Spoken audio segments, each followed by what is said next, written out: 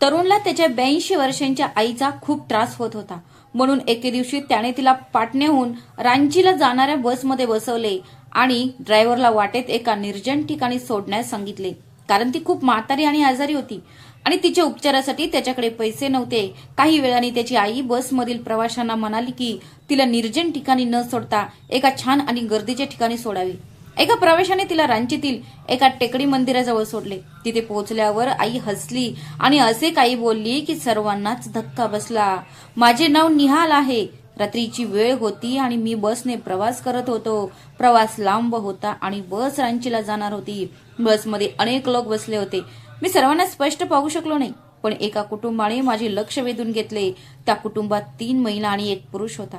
असे वाटत होते की त्या 3 महिला त्याच्या बायका होत्या. त्यांचे कपडे महागडे होते, पण त्यांच्या चेहऱ्यावर थकवा स्पष्ट दिसत होता. त्या माणसाचा चेहरा गर्विष्ठ वाटत होता. तो कधी एका बायकोशी बोलत असे, कधी दुसऱ्या बायकोकडे रागाने पाहत असे. मग तो त्याचा मोबाईल फोन काढत असे आणि कोणाशी तरी मोठ्याने बोलू लागायचा. इतर प्रवासी शांतपणे बसले होते. काही झोपत होते, काही जांभई देत होते, तर काही खिडकीतून अंधाऱ्या रस्त्यावर पाहत होते. मी जेव्हा बसमध्ये नजर फिरवली तेव्हा लक्षात आले की प्रत्येक सीटवर बसलेल्या लोकांची काही ना काही कहाणी आहे. कोणी गावाला जात आहे, कोणी शहर सोडून जात आहे, तर कोणी आपले नशीब आजमावण्यासाठी निघाले आहे. पण या लोकांमध्ये एक महिला होती जिच्यात कथेपेक्षाही त्यातील वेदना जास्त वाटत होती. ती पूर्णपणे एकटी होती. तिचा चेहरा स्पष्टपणे घाबरलेला आणि थकलेला वाटत होता. तिचे केस विस्कटलेले होते आणि हात थरथरत होते. एक तरुण मुलगा, कदाचित तिचा मुलगा असावा, तो तिच्या शेजारी उभा होता. तो ड्रायव्हर जवळ गेला, त्याला काही पैसे दिले आणि हळूवारपणे म्हणाला, ही एक म्हातारी बाई आहे, ती आजारी आहे, तिला काहीही माहिती नाही, तिला रस्त्यावर कुठेही सोडा. मला हे थोडं विचित्र वाटले, कारण त्याने दिलेली रक्कम सामान्य भाड्यापेक्षा जास्त वाटत होती आणि त्याने तिकीटही घेतले नाही किंवा त्याला कुठे उतरायचे आहे हे सुद्धा त्याने सांगितले नाही. त्याने फक्त पैसे दिले आणि शांतपणे उतरला. मला आश्चर्य वाटले की ड्रायव्हरकडे तिकीटे कधीपासून मिळू लागली. तिकीटे तर तिकीट काउंटरवर किंवा कंडक्टरकडे मिळतात. मग हा विषय काय होता? आणि सर्वात विचित्र गोष्ट म्हणजे तो म्हणाला की कुठेही सोडले तरी चालेल. लोक सहसा एका विशिष्ट शहराचे नाव किंवा थांब्याचे नाव घेतात, पण कुठेही चा अर्थ मला समजत नव्हता. माझ्या मनात थोडीशी अस्वस्थता जाणवली, पण नंतर मी स्वतःला पटवून दिले की कदाचित काहीतरी मजबुरी असेल. त्या वृद्ध महिलेची सीट माझ्या शेजारीच होती. मी त्या बाईकडे पाहिले तेव्हा मला जाणवले की ती खरोखरच आजारी आहे. तिचे हात थरथरत होते, तिचा चेहरा फिक्कट पडला होता आणि तिचा श्वास जलद गतीने सुरू होता. ती कधी खिडकीतून बाहेर पाहत असे, तर कधी डोळे बंद करत असे. जणू काही जुन्या आठवणी तिला सतावत होत्या. तिच्याकडे ना पाणी होते ना काही अन्न. मला वाटले की प्रवास इतका लांब आहे, त्यामुळे तिच्या मुलाने खाण्यापिण्याची व्यवस्था करायला हवी होती. बस हळू चालत होती. बाहेर रात्र अंधारी होती आणि रस्ता सुनसान होता. बसच्या आत दिवे मंद होते. प्रवाशांचे चेहरे क्वचितच दिसत होते. काही झोपलेले होते, काही जागे होते, तर काही शांत बसलेले होते. ड्रायव्हर रेडिओवर एक जुने गाणे ऐकत होता. त्याचा आवाज रस्त्याच्या आवाजात मिसळत होता. मला आश्चर्य वाटत होते हा विचार करून की ही बाई किती काळ गप्प बसेल.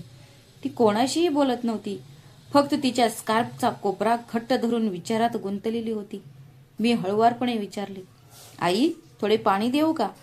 तिने माझ्याकडे पाहिले तेव्हा मला तिच्या डोळ्यात वर्षानुवर्षाचे दुःख झळकत असलेले दिसले. ती हळूच म्हणाली, माझा मुलगा कुठे गेला? मी म्हणालो, तो आत्ताच उतरला आहे. तुम्ही काळजी करू नका, त्याने ड्रायव्हरला तुम्हाला पुढे कुठेतरी सोडायला सांगितलं आहे. ती म्हणाली, कुठेतरी सोडायला सांगितलं आहे? मी हो म्हणून मान हलवली. मग ती गप्प झाली आणि खिडकीकडे पाहू लागली. मला वाटले की काहीतरी गडबड आहे, कारण एक मुलगा त्याच्या आजारी आईला असे एकटं सोडून कसा जाऊ शकतो आणि वरून तिला पुढे कुठेही सोडायला कसा सांगू शकतो? हे माझ्या हृदयाला खोलवर भिडलं. पण मी स्वतःला समजावून सांगितलं की कदाचित तो मजबुरीने गेला असेल किंवा पुढे कोणाला तरी भेटायला गेला असेल. थोड्या वेळाने बस एका निर्जन रस्त्यावर थांबली. ड्रायव्हर चहासाठी थांबला होता. सर्व प्रवासी झोपले होते. बाहेर काळोख होता. काही अंतरावर एक छोटी चहाची टपरी दिसत होती, जिथे काही लोक उभे होते. ड्रायव्हर उतरला आणि चहा पिऊ लागला. म्हातारी बाई तिच्या सीटवर शांतपणे बसली होती. जणू तिला बस थांबल्याचे लक्षातही आले नव्हते. तिचा हात अजूनही तिच्या स्कार्फचा कोपरा घट्ट धरून होता. मी हळूच विचारले, आई, तुला काही हवे आहे का?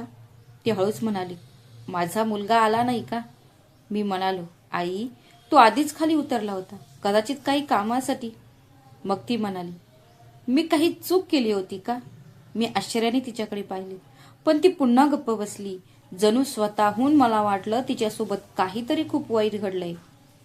पण मी गप्प राहिलो. मी माझ्या गंतव्यस्थानाजवळ पोहोचल्यावर ती कुठे उतरते ते बघेन असे मला वाटले, कारण ड्रायव्हरलाही माहीत नव्हते. बस अंधारलेल्या रस्त्यावरून पुढे जात होती आणि सर्व प्रवासी शांततेत हरवले होते. मी खुर्चीवर मागे सरकून बसलो, पण झोप काही येत नव्हती. माझ्या मनावर एक विचित्र ओझे असल्यासारखे वाटत होते. जणू काहीतरी वाईट घडणार आहे. जणू काही या प्रवासात काहीतरी गुपित आहे. मग माझ्या पत्नीचा संदेश आला. तिचा संदेश येताच माझ्या चेहऱ्यावर सुरकुत्या पडायच्या, कारण मला माहीत होते की ती एखाद्या गोष्टीवरून भांडेल. ती मला प्रत्येक गोष्टीबद्दल टोमणे मारायची, हट्टी व्हायची आणि एका छोट्याशा गोष्टीतून मोठा विषय काढण्याची तिला सवय झाली होती. तसेही त्यावेळी मी तिच्यावर खूप नाराज होतो. माझ्या आईचे निधन झाले होते आणि ती तिच्या अंत्यविधीलाही उपस्थित राहिली नव्हती. मी हे कधीही माफ करू शकत नाही, कारण माझ्या आईने तिला तिच्या स्वतःच्या मुलीपेक्षा जास्त प्रेम केले होते. तिचा आदर केला होता. तिने तिच्यासाठी स्वतःच्या आनंदाचा त्यागही केला होता. पण जेव्हा माझ्या आईला तिच्या आदराची सर्वात जास्त गरज होती, तेव्हा मात्र ती तिथे नव्हती. मी गावी आईचे अंतिम संस्कार करून आता रांचीला परतत होतो. माझे हृदय जड झाले होते आणि डोळ्यात अश्रू होते. पण मी त्यांना बाहेर येऊ दिले नाहीत, कारण कोणीतरी त्यांना पाहिल या भीतीने. मी बसमध्ये शांत बसून माझ्याच विचारांमध्ये हरवलो होतो, गोंधळलो होतो. रांची तेच शहर होते जिथे माझ्या पत्नीचे आईवडील राहत होते. लग्न झाल्यापासून ती रांचीला जाण्याचा आग्रह करत होती. ती नेहमी म्हणायची की गावातील जीवन कठीण आहे, तिथे खरेदी करायला काही नसते ना तिथे चांगल्या सुविधा असतात. ती वारंवार माझ्यावर रांचीला शिफ्ट होण्यासाठी दबाव आणत असे. शेवटी तिच्या आग्रहास्तव मला रांचीमध्ये नोकरी मिळाली. मी एक घरही घेतले आणि तिला तिथे घेऊन गेलो. सुरुवातीला सगळं ठीक होतं, पण काही महिन्यानंतर तिचा दृष्टिकोन बदलू लागला. तिच्यावर तिच्या आईचा आणि भावांचा प्रभाव पडू लागला. ती माझ्या विरुद्ध होऊ लागली आणि मग आमच्या घरातील शांतता नाहीशी झाली. मी अनेकदा गप्प राहिलो, पण तिला नेहमीच भांडण्यासाठी कोणते ना कोणते निमित्त सापडायचे. आणि जेव्हा माझ्या आईच्या अचानक निधनाची बातमी आली, तेव्हा माझे हृदय तुटून गेले. मी तिला माझ्यासोबत येण्यास सांगितले, कारण मला त्यावेळी तिच्या आधाराची खूप गरज होती. पण तिने स्पष्ट नकार दिला. हे ऐकून ती म्हणाली की मी अचानक इतक्या लांब प्रवासाला कशी येऊ शकते? तुम्हीच जावा, मी नाही येऊ शकत. तिचे हे शब्द माझ्या हृदयात बाणासारखे घुसले. मी त्यावेळी काहीही बोललो नाही, पण मी तिच्याशी कमी बोलण्याचा निर्णय घेतला. बस चालू होती आणि मी भूतकाळातील आठवणींमध्ये हरवून गेलो होतो. तेवढ्यात माझा फोन वाजला. तिने मेसेज पाठवला होता, तू कुठे आहेस आणि पोहोचायला किती वेळ लागेल? मला फोन बंद करायचा होता, पण तरीही मी उत्तर दिले की मी येत आहे. मग तिने लगेच अजून एक मेसेज केला. त्यात लिहिले की तू तर माझ्याशी असे बोलत आहेस की जणू मी कोणीतरी अनोळखी आहे. मी कठोरपणे म्हणालो, मला तुझ्याशी बोलायचं मन करत नाही. तू माझ्या आईशी जे केलेस ते मी कधीही विसरणार नाही. तिने उत्तर दिले की तू तर असं बोलत आहेस की जणू तुझी आई माझ्यामुळेच मेली आहे. सर्वांना कधी ना कधी तर जावेच लागेल. हे ऐकून मला अजून राग आला. मला तर मेसेजमध्ये हे लिहायचं होतं की कदाचित तुझे आई वडील गेल्यावर मला शांती मिळेल, कारण तेच तुला सतत माझ्या विरुद्ध भडकवत असतात. पण हा विचार मी माझ्या मनातच दाबून ठेवला. पण तरीही ती थांबली नाही आणि लवकरच मेसेजवरून आमचा वाद 2 तास चालला. माझी मनशांती निघून गेली. बसचा आवाज अजूनही तिचे शब्द माझ्या मनात रेंगाळत होते आणि त्यामुळे माझा मूड खराब झाला होता. थोड्या वेळाने बस पुन्हा रस्त्याच्या कडेला असलेल्या एका छोट्या दुकानाजवळ थांबली. ड्रायव्हर म्हणाला, जर कोणाला काही खाण्यापिण्यासाठी काही हवे असेल तर ते इथूनच घ्या, कारण पुढे एक लांब उजाड रस्ता आहे आणि पुढचा थांबा 4 तासात येईल. मी डोळे बंद केले आणि विचार केला की त्या म्हाताऱ्या बाईकडे खायला काहीही नाही, ना अन्न आहे ना पाणी आहे. मग मी स्वतःशीच विचार केला की मला तिला काहीतरी विकत घेऊन द्यायला हवे. मी खाली उतरत असताना थंड वारे माझ्या चेहऱ्यावर आदळले. त्यामुळे मला थोडे बरे वाटले आणि माझा थकवा कमी झाला. मी दुकानातून पाण्याची बाटली, बिस्किटांचे पॅकेट आणि एक सँडविच विकत घेतले. मग दुकानदाराने सुचवले की पुढचा प्रवास लांब आहे, अजून काहीतरी घ्या. पण वेळ कमी होता म्हणून मी पटकन सामान बांधले आणि बसमध्ये परतलो. मी विचार केला की या वयात तिला सँडविच खाणे कठीण जाईल, पण त्यावेळी दुसरा कोणताही पर्याय नव्हता. मी ते सर्व एका बॅगेत ठेवले आणि हळूहळू तिच्या जवळ गेलो. ती तिच्या सीटवर शांतपणे बसली होती. तिचे डोळे मिटले होते. कदाचित थकलेली असेल किंवा तापाने त्रस्त असेल. मी हळुवारपणे म्हणालो, आई, हे काही अन्नपदार्थ आहेत. मी ते तुझ्यासाठी आणले आहेत. कृपया ते घ्या, तुम्हाला थोडे बरे वाटेल. मला वाटले ती नकार देईल, कारण असे लोक सहसा लाजाळू असतात. पण जेव्हा मी बॅग तिच्या समोर ठेवली तेव्हा तिने डोळे उघडले आणि माझ्याकडे पाहिले. तिच्या डोळ्यात थकवा होता आणि कृतज्ञताही होती. ती हळुवारपणे म्हणाली, धन्यवाद बाळा, आणि मग ती गप्प बसली. मला वाटलं कदाचित तिला भूक लागली असेल किंवा आता तिच्यात कोणाशीही बोलण्याची हिंमत राहिली नसेल. मी माझ्या जागेवर परतलो. जागेवर बसताच मला एक विचित्र आराम वाटला की निदान मी तरी माझ्या आईसारखीच कोणाच्या तरी आईची काळजी घेतली आहे. बस पुन्हा चालू लागली. बाहेर एक काळोखी रात्र होती. दूरवर पसरलेली रस्ते निर्जन होते. फक्त इंजिनचा आवाज ऐकू येत होता. माझ्या मनात एक शून्यता निर्माण झाली होती. परिसर निर्जन होता आणि बस ड्रायव्हरने स्पष्टपणे सांगितले होते की मध्ये कोणालाही सोडले जाणार नाही. जेवण किंवा शौचालयाची सुविधा नसेल.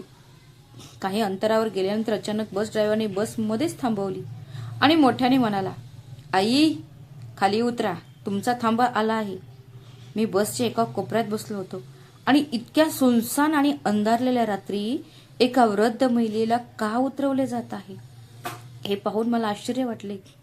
मी काही बोलणार तेवढ्यात मागून एक माणूस मोठ्याने म्हणाला, या बाईला इथे कसे उतरवले जाऊ शकते?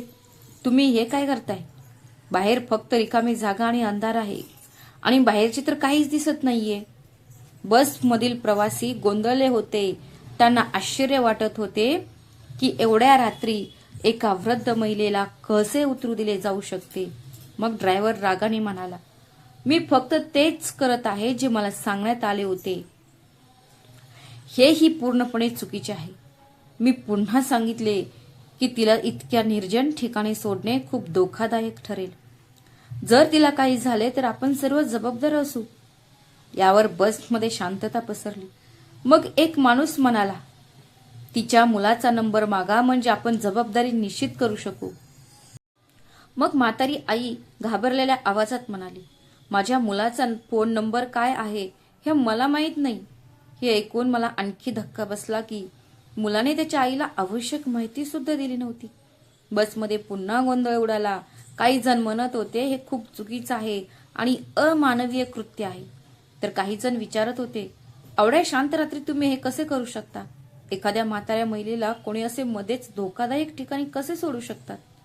मग ड्रायव्हर रागाने म्हणाला, तिच्या मुलाने मला पैसे दिले आणि सांगितले की ती म्हातारी आहे आणि ती माझ्यासाठी खूप त्रासदायक आहे. तिच्यामुळे माझ्या घरात भांडणे निर्माण होतात. म्हणून कृपया तिला वाटेत कुठेतरी सोडा. हे ऐकून सर्वजण स्तब्ध झाले आणि म्हणाले, हे किती भयानक आहे आणि तुम्ही त्याच्या इशाऱ्यावर हे सगळं करत आहात. मी जोर देऊन म्हणालो की मी स्वतःच्या डोळ्यांनी पैसे घेताना पाहिले आहे आणि मी ते कधीही कबूल करणार नाही. मी इतके स्पष्टपणे बोलत आहे हे पाहून सर्वजण माझ्याकडे पाहत होते. मग सर्वजण म्हणू लागले की हे सर्व काय आहे? हे तर चुकीचं आहे. तुम्ही वाईट माणूस आहात का? बस ड्रायव्हर म्हणाला, भाऊ, पैसे मिळाले की कोणालाही वाईट वाटत नाही. मी फक्त माझे काम करत आहे आणि तिच्या मुलाने जे सांगितलं आहे तेच मी करत आहे. मी आणखी काय करू शकतो? सर्वांनी म्हटले की हे पूर्णपणे अमानवीय आहे. पण बस ड्रायव्हर त्याच्या बोलण्यावर ठाम राहिला. शेवटी तो म्हणाला, जर तुम्हाला हवे असेल तर तुम्ही आईला तुमच्यासोबत घेऊन जाऊ शकता. पण असेही कोणी कोणाला आपल्यासोबत घेऊन कसे जाईल? मग ती आई स्वतः हळू आणि सौम्य आवाजात म्हणाली, मला इथे सोडू नका. रांचीतील एखाद्या प्रसिद्ध आणि सुरक्षित ठिकाणी सोडा, जेणेकरून जर तिच्या मुलाला नंतर पश्चाताप झाला आणि त्याने विचारले तर तुम्ही म्हणू शकाल की तुम्ही तिला एका प्रसिद्ध ठिकाणी सोडले आहे. मग त्याला मी सहज सापडेन. सर्वांनी सहमती दर्शवली आणि बस पुन्हा सुरू झाली. आईला तिथे आरामात आणि सुरक्षितपणे बसवण्यात आले. हे सर्व पाहून माझ्या मनाला शांती मिळाली. कारण आपल्या समाजात लोक एकमेकांचा विचार करतात, बोलतात आणि शक्य तितकी मदत सुद्धा करतात. जरी बहुतेक लोक गरीब असले तरी ते किमान जे योग्य आहे त्यासाठी बोलू तर शकतात आणि एखाद्याच्या हक्कांच्या समर्थनार्थ कृती करू शकतात. आणि ही खूप मोठी गोष्ट आहे. हे पाहून मला वाटले की मानवता अजूनही अस्तित्वात आहे. जेव्हा कोणी सत्य आणि न्यायासाठी बोलण्याचे धाडस करतो तेव्हा त्याचा परिणाम एका व्यक्तीच्या जीवनावरही होऊ शकतो आणि हेच खूप मोठा बदल घडवून आणू शकते. मी त्या आईकडे पाहिले जी शांत बसली होती, पण तिच्या डोळ्यात शांतता होती. जणू काही तिला असा आत्मविश्वास मिळाला आहे की कोणीही तिला एकटे सोडणार नाही आणि तिच्यासाठी नक्कीच कोणीतरी आवाज उठवेल. या दृश्याने माझ्या मनाला एक मजबूत धडा शिकवला की कोणालाही मदत करायला कधीच उशीर करू नये. परिस्थिती कितीही कठीण असली तरी आपण नेहमीच योग्य गोष्टींसाठी आवाज उठवला पाहिजे. बस पुन्हा चालू लागली आणि थोडा वेग वाढला. इतर लोकही आईसाठी काहीतरी देऊ लागले. काहींनी तिला पाण्याची बाटली दिली, काहींनी रोटी आणि भाजी दिली आणि कोणीतरी बाहेरून काहीतरी गरम विकत घेऊन दिले. प्रत्येकाच्या चेहऱ्यावर थोडीशी काळजी आणि एक छोटासा त्याग दिसत होता. आई खरोखरच आजारी दिसत होती. तिचे शरीर वेदनेने भरलेले होते, पण तिच्या डोळ्यात अश्रू नव्हते. ती शांतपणे बसली होती, जणू काही कटू आठवणी दाबत होती. तिचे हात थरथरत होते, पण ती रडत नव्हती. कदाचित ती लाज होती किंवा कदाचित तिला तिची शेवटची आशा धरून ठेवायची होती. तेवढ्यात मागून एक बाई आली. तिच्या डोळ्यात पश्चाताप आणि मनात दुःख होते. ती उभी राहून विचारत होती, आई, तुमच्या मुलाने असे का केले? आईने हळूच डोके हलवले आणि म्हणाली, माझी सून चांगली नव्हती.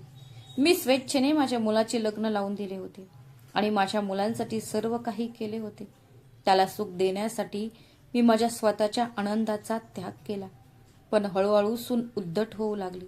ती मला जेवण देत नव्हती किंवा माझे कपडे धुत नव्हती. मी आजारी पडले की ती म्हणायची, तुम्हीच तिची काळजी घ्या. मी तिला सांभाळू शकत नाही.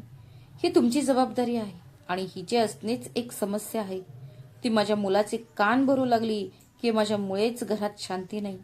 मग एके दिवशी त्यांनी मला कुठेतरी सोडण्याचा निर्णय घेतला.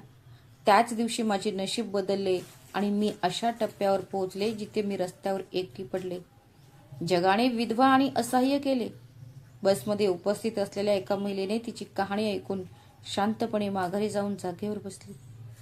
तिचा चेहरा पश्चातापाने भरला होता, पण कदाचित तिला काहीही बोलायला वेळ नव्हता.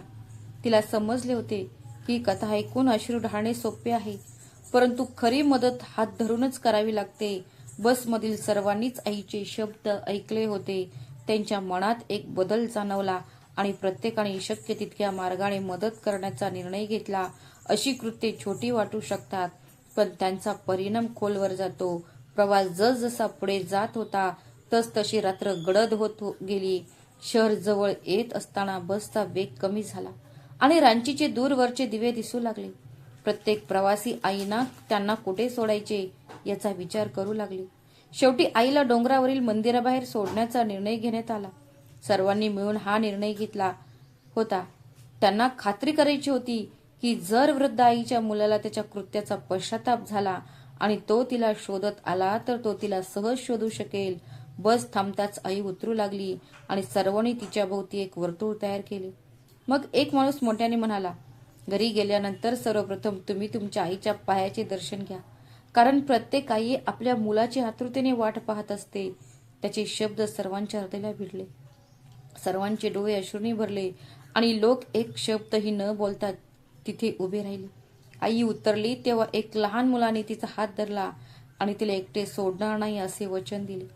काहींनी तिला त्यांच्या घरी येण्याचा आग्रह केला, तर काही तिला स्वतःच्या आईसारखे वागवण्यास तयार झाले होते.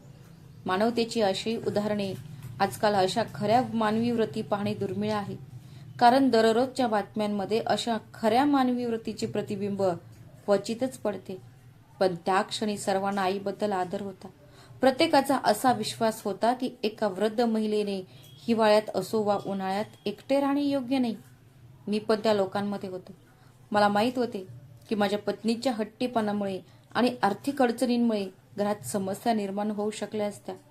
पण तरीही मी म्हणालो की मी आईना माझ्या घरी घेऊन जाईन आणि त्यांना माझ्या स्वतःच्या आईसारखे वागवीन. हे बोलताना माझे स्वतःचे हृदय थरथरले. पण मी वचन दिले, कारण माझ्या मनाला पण तेच हवे होते. त्यात धीरज नावाचा एक तरुणही होता, जो निर्भय आणि प्रामाणिक होता. तो म्हणत होता की तो आईला घरी घेऊन जाईल. तो म्हणाला, माझी एक बहीण घरी आहे. माझे आईवडील आत्ता नाहीत.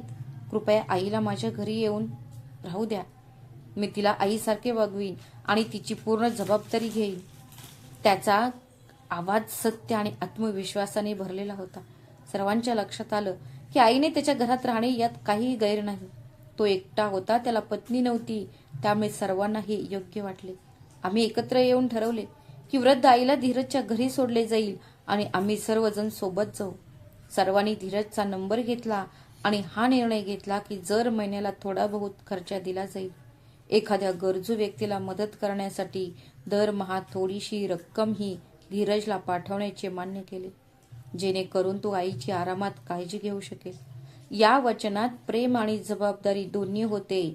आम्ही बसमधून उतरलो, गाडीत बसलो आणि धीरजच्या घराकडे निघालो. आई आमच्यासोबत होती.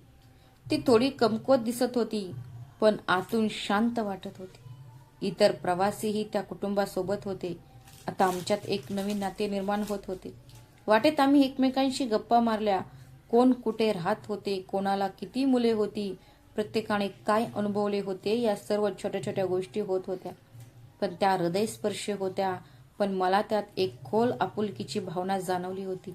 दयाळूपणाचा एक छोटासा हात एखाद्याचे संपूर्ण जग बदलू शकतो. मी आईकडे पाहिले. तिच्या चेहऱ्यावर एक हलकेसे हास्य उमटले होते आणि तिच्या डोळ्यात एक चमक परत आली होती, जी गेल्या काही वेळात कमी झाली होती. मला वाटले की कदाचित आज तिच्या आयुष्यात एक नवीन दार उघडले आहे. आणि हे दार आम्ही एकत्र घेतलेल्या एका निर्णयामुळे उघडले. जेव्हा आम्ही त्या मुलाच्या घरी पोहोचलो, तेव्हा त्याने वर्णन केल्याप्रमाणेच होते.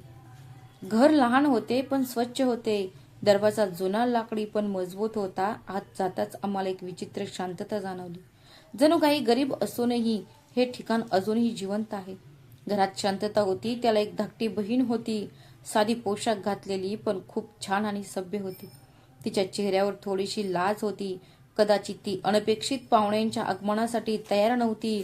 त्यांचे पालक आधीच निधन पावले होते आणि दोन्ही भावंडे एकटेच जीवनातील अडचणींना तोंड देत होते. ते काम करत होते. घरात आवश्यक असणाऱ्या वस्तू होत्या, पण बऱ्याच गोष्टी स्पष्टपणे गहाळ होत्या. स्वयंपाकघरात फक्त 2-3 भांडी होती. अंगणात एक जुना पंखा होता आणि भिंती ओल्या होत्या. हिवाळा सुरू झाला होता आणि खिडक्या पडद्यांपासून मुक्त होत्या, त्यामुळे थंड हवा आत येत होती. गरम ठेवण्यासाठी हीटर किंवा काहीही नव्हते. मला आश्चर्य वाटले की एक म्हातारी बाई इथे कशी राहू शकते. पण धीरजच्या चेहऱ्यावर एक स्पष्ट दृढ निश्चय दिसत होता. त्याने आईला आत नेले आणि तिच्यासाठी एक जुनी पण स्वच्छ पलंग पसरवली. मग धीरजची बहिणी लगेच उठली आणि जुन्या बॉक्समधून काही अंथरूण पांघरून काढले आणि त्यावर पसरले. हे सर्व पाहून आई काही वेळ गप्प राहिली, जणू तिला तिचे लहानपण आठवत असेल. मी पुढे जाऊन विचारले, आई, तुला इथे राहायला आवडेल का? ती हळू आवाजात म्हणाली, हो, मला इथेच राहायचं आहे. माझ्याकडे जाण्यासाठी इथे कुठेही जागा नाही. हे लोक चांगले आहेत. माझे मन त्यांच्यासोबत शांत आहे. तिच्या आवाजात खूप शांतता होती, त्यामुळे सर्वांचे मन वितळले. आम्ही सर्वांनी आईला जे काही लागेल ते लगेच खरेदी करण्याचा निर्णय घेतला. त्यासाठी सर्वांनी आपापल्या खिशातून जे काही पैसे काढता येतील ते काढले. काहींनी 500 रुपये दिले, काहींनी 1000 रुपये दिले. त्या पैशातून आम्ही बाजारातून आवश्यक वस्तू खरेदी केल्या. बेडिंग, ब्लँकेट, औषधे आणि इतर काही गोष्टी. त्यात गरम कपडे आणि इतर काही स्वयंपाकघरातील भांडी होती. आम्ही हे साहित्य घेऊन परतलो तेव्हा धीरजची बहीण रडत होती. ती म्हणत होती की तिला विश्वास बसत नाही की जगात अजूनही इतके चांगले लोक आहेत आणि आम्ही त्यांना एकदा देवदूतांसारखी मदत केली आहे. धीरज शांतपणे उभा राहून सर्व काही पाहत होता आणि आई देखील शांतपणे बसून सगळं पाहत होती. तिच्या चेहऱ्यावर एक शांतता आणि सुख दिसत होते, जे कदाचित खूप वर्षांनंतर परतले असावे. आम्ही धीरजला समजावून सांगितले की आम्ही रांचीमध्येच राहतो, पण शहर मोठे आहे आणि प्रत्येकजण आपापल्या कामात व्यस्त असतो, त्यामुळे वारंवार भेट देणे कठीण होईल. पण दर महिन्याला आम्ही त्याला योग्य ती मदत नक्की करेन, ज्यामुळे ते घराची काळजी आणि आईच्या औषधांची खाण्यापिण्याची काळजी घेऊ शकतील. मग धीरज लगेच म्हणाला की तुम्ही काळजी करू नका, तो त्याच्या आईप्रमाणेच या आईची काळजी घेईल आणि तिला कसलाही त्रास होणार नाही याची देखील काळजी घेईल. त्याच्या आवाजात प्रामाणिकपणा होता आणि हे ऐकून आम्ही खूप प्रभावित झालो आणि त्यामुळे आमच्या मनालाही शांती मिळाली.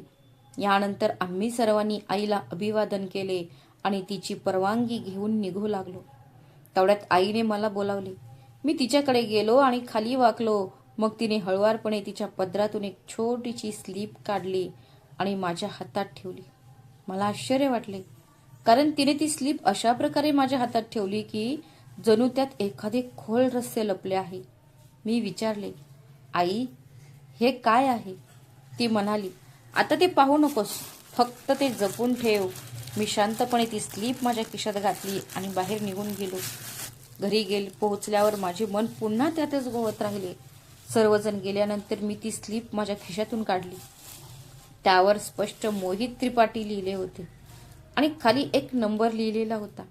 मी ती स्लीप हातात घेतली आणि बराच वेळ ती पाहत राहिलो. माझ्या मनात अनेक प्रश्न निर्माण झाले. जर आईकडे तिच्या मुलाचे नाव आणि नंबर होता, तर तिने आम्हाला आधीच का सांगितले नाही? आम्ही तिच्या मुलाला लगेच फोन करू शकलो असतो. मग मला वाटले, कदाचित आईला स्वतः त्याच्याकडे परत जायचे नव्हते, कारण ज्या माणसाने त्या ड्रायव्हरला तिला रस्त्यातच सोडण्याची ऑफर दिली होती, तो कदाचित आता तिच्यासाठी तिचा मुलगा राहिला नसेल.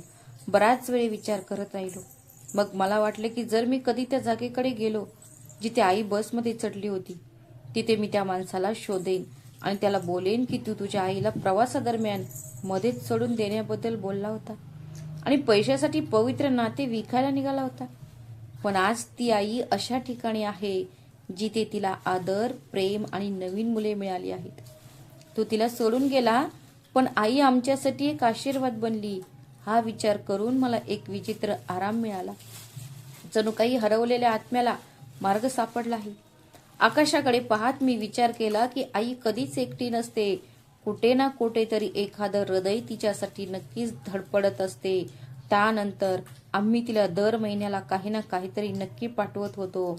काही औषधासाठी पैसे, कधी अन्नासाठी, कधी कपड्यांसाठी किंवा इतर गरजांसाठी. धीरज देखील खूप प्रामाणिक होता. तो पण दर महिन्याला त्याची आई कशी आहे आणि तिला काही हवे आहे का हे सांगण्यासाठी फोन करायचा आणि जर आमच्यापैकी कोणाकडे वेळ असेल तर तो तिला भेटायला त्यांच्या घरी जायचा. मी अनेकदा धीरजला विचारायचो की त्याचे इतर भाऊही भेटायला येतात का? तो हसून म्हणायचा, हो, सर्वजण येतात. दुसरा भाऊ ज्यांचे चपलांचे दुकान आहे तोही येतो. प्रत्येकजण येतो आणि आपापल्या परीने मदत करतो. हे ऐकून मला एक खोलवर दिलासा मिळाला. मला वाटले की आपल्या समाजात अजूनही माणुसकीची भावना शिल्लक आहे, म्हणजे अजूनही माणुसकी नाहीशी झालेली नाही आणि आपल्याला वाटते तितके लोक वाईट सुद्धा नाहीत. प्रत्येक जण महान गोष्टी साध्य करू शकत नसला तरी त्यांच्यात थोडीशी भावना असते आणि ती भावनाच जगाला एकत्र ठेवते. वेळ असाच निघून गेला. दिवस महिन्यात बदलले आणि मी माझ्या कामात व्यस्त झालो. मग एके दिवशी मला अचानक माझ्या गावी परत जावे लागले. ते एक महत्वाचे काम होते, म्हणून मी प्रवासाची तयारी केली आणि निघालो. गावात पोहोचताच माझ्या मनात एक विचार येत राहिला. ज्या माणसाने आपल्या आईला रस्त्यात सोडून दिले होते तो कसा असेल? त्याचा चेहरा शांत असेल का, की त्याला त्याच्या कृत्याचा पश्चाताप होत असेल? मला माझ्या मनात एक वेदना जाणवत होती की जर मी त्याला शोधण्याचा प्रयत्न केला नसता तर ही अस्वस्थता कधीच संपली नसती. मी विचार करत होतो की आपली स्वतःची आई तर गेली आहे आणि ती असताना आपण तिची नीट काळजी घेऊ शकलो नाही. मी विचार करत होतो की जेव्हा एक आई जिवंत असूनही तिच्या मुलाने तिला अशी वागणूक दिली जी एका शत्रूलाही देऊ नये, मी मनात ठरवले होते की जर मला तो मुलगा सापडला तर त्याला मी त्याची चूक नक्कीच समजावून सांगेन. अनेक दिवस मी त्याला शोधत राहिलो. गावकऱ्यांशी, त्याच्या कुटुंबाशी आणि त्याला ओळखणाऱ्या प्रत्येकाशी बोललो. सर्वांनी मला फक्त एवढेच सांगितले की तो इथे राहतो आणि त्याचे नाव आहे आणि हा त्याचा नंबर आहे, पण तो बंद आहे. काही लोक गप्प बसायचे, जणू काही त्यांना काही मोठे रहस्य उघड करायचे नव्हते. मग एके दिवशी मी एका वयस्कर माणसाला भेटलो. मी त्याला विचारले आणि तो हळुवारपणे म्हणाला, बाळा, तुला माहित नाही का त्याची काय झाले? मी म्हणालो, नाही. मग त्याने सांगितले की 9 महिन्यांपूर्वी 25 तारखेला तो त्या रात्री त्याच्या पत्नीसोबत घरीच होता. ते दोघेही हसत होते, बोलत होते. तेवढ्यात अचानक त्यांना विजेचा झटका लागला आणि त्या दोघांचा जागीच मृत्यू झाला. हे ऐकून मला धक्का बसला, कारण नेमक्या त्याच दिवशी 9 महिन्यांपूर्वी 25 तारखेला आम्हाला बसमध्ये त्या वृद्ध आईची भेट झाली होती, जिच्या मुलाने त्या लालची ड्रायव्हरला काही पैसे देऊन तिला वाटेत कुठेतरी सोडायला सांगितले होते. ज्या दिवशी तो त्याच्या आईला सोडून गेला त्याच दिवशी त्याचे स्वतःचे जीवन संपले होते. या विचाराने माझं शरीर थरथर कापू लागले. मी बराच वेळ तिथे बसून राहिलो, विचार करत होतो की हा योगायोग आहे की देवाचा न्याय. मला जाणवले की कधी कधी आईचं मन दुखावणे देखील खूप महागात पडू शकते. कदाचित आईचा शाप किंवा तिची हाय लागायला वेळ लागत नाही. त्याच क्षणी मी ठरवलं की मी तिला हे कधीच सांगणार नाही. मूल कितीही वाईट असलं तरी ते आईसाठी तिचं मूलच राहते. मूल कितीही दुःख देत असलं तरी एक आई त्याच्यासाठी कधीही वाईट शिवाय शाप देत नाही. ती नेहमीच त्याच्यासाठी शुभेच्छा देते आणि त्याच्यासाठी प्रार्थना करत राहते. माझे हृदय भीतीने धडधडत होते. मी विचार करत होतो की जर मी आईला सत्य सांगितले तर तिचे मन दुखेल, तिची शेवटची आशा विझून जाईल आणि तिच्या डोळ्यातील प्रकाश जो तिला जिवंत ठेवत होता तो नाहीसा होईल. काही दिवसांनी मी रांचीला परतलो. मी आईला भेटायला गेलो तेव्हा तिला बरे वाटत होते. तिच्या चेहऱ्यावरील तोच समाधान आता शांततेत बदलला होता. तिचे शरीर पूर्वीपेक्षा अधिक बळकट दिसत होते आणि तिच्या शब्द पण अधिक ताजेतवाने झाले होते. मी तिच्या शेजारी जाऊन बसलो. मग तिने मला विचारले, बाळा, तू तिथे गेला होतास का? मी म्हणालो, हो, मी गेलो होतो आई. मग तिने विचारले, तू माझ्या मुलाला भेटलास का? मी हसून म्हणालो, हो, भेटलो आई. मग तिने विचारलं, तो खुश आहे का? मी म्हणालो, हो आई, तो खुश आहे, तो ठीक आहे, तो बरा आहे, तू अजिबात काळजी करू नकोस. हे ऐकून आईच्या चेहऱ्यावर हलकंसं हास्य उमटलं. तिने डोळे मिटले आणि म्हणाली, जर तो खुश असेल तर मीही खुश आहे. हे ऐकून माझं मन दुखावलं होतं, पण मी ते लपवून ठेवले. आजपर्यंत मला आईला हे सांगण्याची हिंमत झाली नाही की तिचा मुलगा आता या जगात राहिला नाही. प्रत्येक वेळी मी म्हणत होतो की मी त्याला अधूनमधून पाहतो, तो ठीक आहे, आनंदी आहे आणि त्याच्या आयुष्यात व्यस्त आहे. आणि हे ऐकून आईचे डोळे पुन्हा चमकतात आणि असे वाटते की विझलेला दिवा पुन्हा चमकू लागला आहे. ती हसते आणि मी तिच्या हास्याकडे शांतपणे पाहून खुश होतो. कधी कधी जेव्हा मी तिला भेटतो तेव्हा मी जगातील विविध प्रकारच्या लोकांबद्दल विचार करतो. काही लोक त्यांच्या आईना ओझे मानतात, तर काही लोक त्यांच्या व्रत आईना स्वतःच्या जीवापेक्षा जास्त मानतात. जेव्हा मी धीरज आणि त्याच्या बहिणीकडे पाहतो तेव्हा मला असे वाटते की जर माणसाने ठरवले तर तो गरीब असूनही मनाने श्रीमंत होऊ शकतो. कारण खरी संपत्ती घरात नाही तर हृदयात आढळते आणि आईची सावली असलेले घर कधीही रिकामे नसते. नंतर मी आईला काही दिवसांसाठी माझ्या घरी घेऊन गेलो, कारण माझ्या पत्नीने नुकतेच एका बाळाला जन्म दिला होता. म्हणून मलाही एका अशा व्यक्तीची गरज होती जिला मुलांची काळजी घेण्याचा अनुभव असावा. जेव्हा मी आईला बोलवले तेव्हा तिच्या चेहऱ्यावर एक वेगळाच आनंद होता, जणू काही तिच्यात जीवन परत आले आहे. मी विचार केला की ही महिला किती दयाळू आणि धीरवान आहे, जिने इतके त्रास सहन केले पण कधीही तक्रार केली नाही. जेव्हा ती माझ्या घरी आली तेव्हा मी थोडा घाबरलो होतो. मला वाटले की माझ्या पत्नीला ते आवडणार नाही, पण आश्चर्याची गोष्ट म्हणजे माझी पत्नी तिच्याशी खूप प्रेमाने बोलली आणि आईनेही तिच्या गोड बोलण्याने तिचे मन जिंकले. जशी ती घरात आली तसे घरातील वातावरण पूर्णपणे बदलून गेले. तिचे घरात पाऊल ठेवणे हे माझ्यासाठी एक आशीर्वादासारखेच होते. तिने प्रथम बाळाला पाहिले आणि माझ्या पत्नीला आशीर्वाद देत म्हणाली, देव तुला आनंदी ठेवो, तुझ्या मुलाला सुरक्षित ठेवो आणि त्याला कधीही त्रास होऊ नये. जेव्हा आईने बाळाला आपल्या हातात घेतले तेव्हा जणू काही घरात एक नवीन प्रकाश भरला होता. ती म्हणू लागली, बाळ खूप गोंडस आहे आणि तो तुम्हा दोघांनाही आनंद देईल.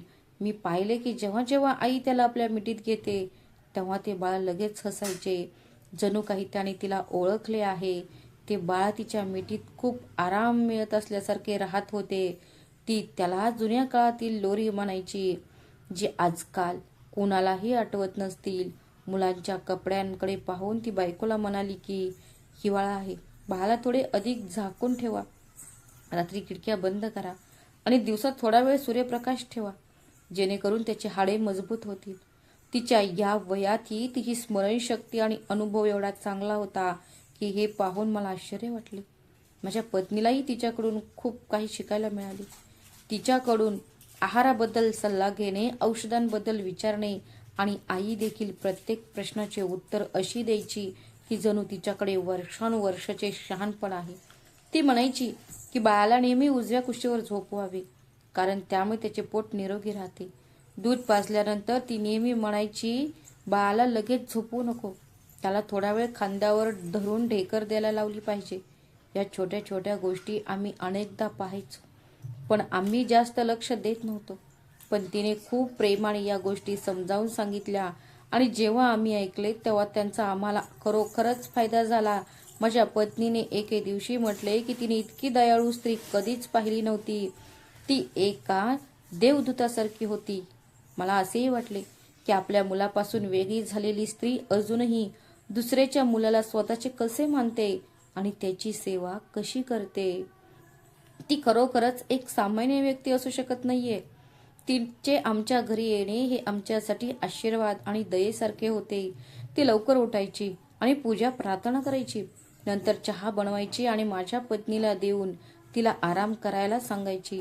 ती संपूर्ण घराची काळजी घ्यायची. एके दिवशी मी तिला विचारले की आई, तू आराम का करत नाहीस? तू देखील आराम करत जा.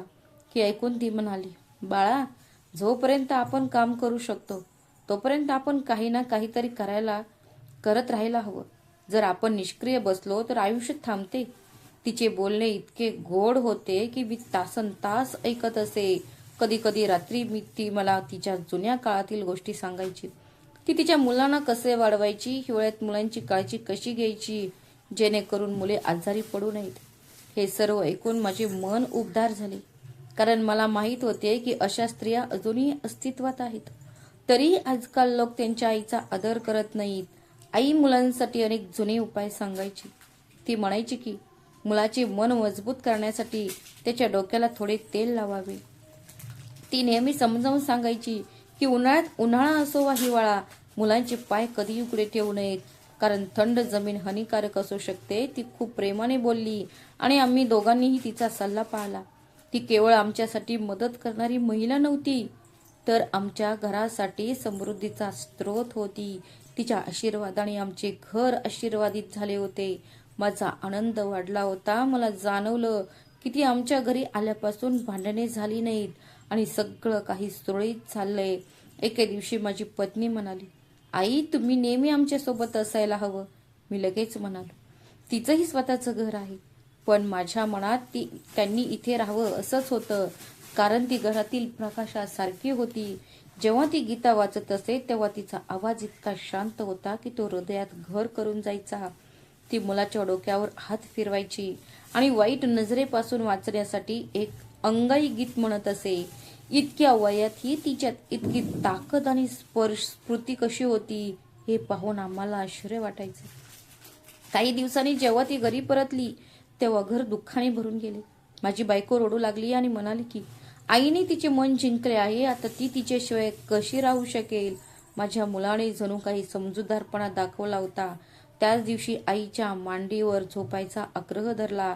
आईनेही प्रेमाने सांगितले की ती लवकरच परत येईल आणि सर्वांसाठी प्रार्थना करेल. मी तिला दाराशी निरोप देण्यासाठी गेलो तेव्हा ती म्हणाली, बाळा, आई एक असं झाड आहे जे कधीही सावली देणे थांबवत नाही. ती स्वतः जळून जाईल पण आपल्या मुलांना कधीही उन्हात पाहू शकत नाही. हे ऐकून माझ्या डोळ्यात पाणी आले. मी तिला निरोप दिला आणि नेहमीच तिची काळजी घेण्याचा निश्चय केला. मला माहीत होते ती एकटी आहे, पण तिने कधीही कोणावरही ओझे केले नाही. त्या दिवसानंतर मी दर आठवड्याला तिला भेटायला जायचो आणि तिला जेवण आणि पैसे द्यायचो. ती नेहमी म्हणायची, बाळा, माझ्यासाठी जास्त खर्च करू नकोस, मला फक्त थोडा वेळ देत जावा, कारण वेळच माणसाला जगण्याची आशा देतो. जेव्हा मी या गोष्टींबद्दल विचार करतो तेव्हा मला वाटते की आई आपल्या मुलांसाठी आपली झोप, इच्छा आणि अगदी आनंदही बलिदान देते आणि कधी कधी आपण तिचे आभारही मानत नाही. मला वाटतं की जर आई नसती तर कदाचित आपण आपले मूल इतके बलवान आणि घर इतके आनंदी झाले नसते. तिने आमच्या सोबत घालवलेले ते काही दिवस आमच्या आयुष्यातील सर्वोत्तम दिवस होते. तिने आम्हाला शिकवले की आई ही फक्त जन्म देणारी व्यक्ती नसते, तर ती एक आत्मा असते जी घराला स्वर्गात बदलते. त्या दिवसापासून मी माझ्या मनात निश्चय केला की मी नेहमीच कोणत्या ना कोणत्या आईची सेवा करेन, कारण जे आईचा आदर करतात त्यांच्या घरात कधीही अंधार नसतो. तर मित्रांनो, ही होती आजची कथा. या कथेबद्दल तुमचे काय मत आहे ते कमेंट करून नक्की सांगा आणि आमच्या चॅनलला सबस्क्राईब करा. श्री स्वामी समर्थ. धन्यवाद.